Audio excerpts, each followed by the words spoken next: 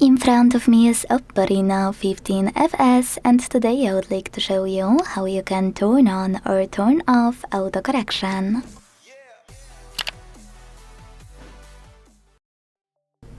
Start by opening Devices Settings and scrolling all the way down right away.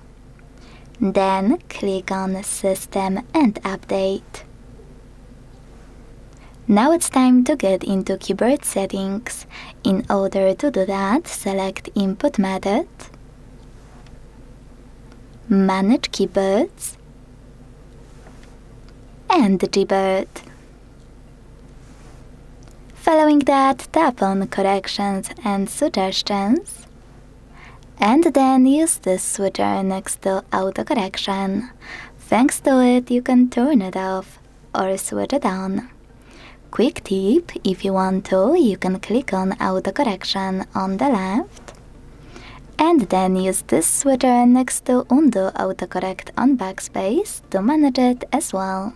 Personally, I think it's really helpful if you decided to use autocorrection, but if you won't like it, you already know where to switch it off.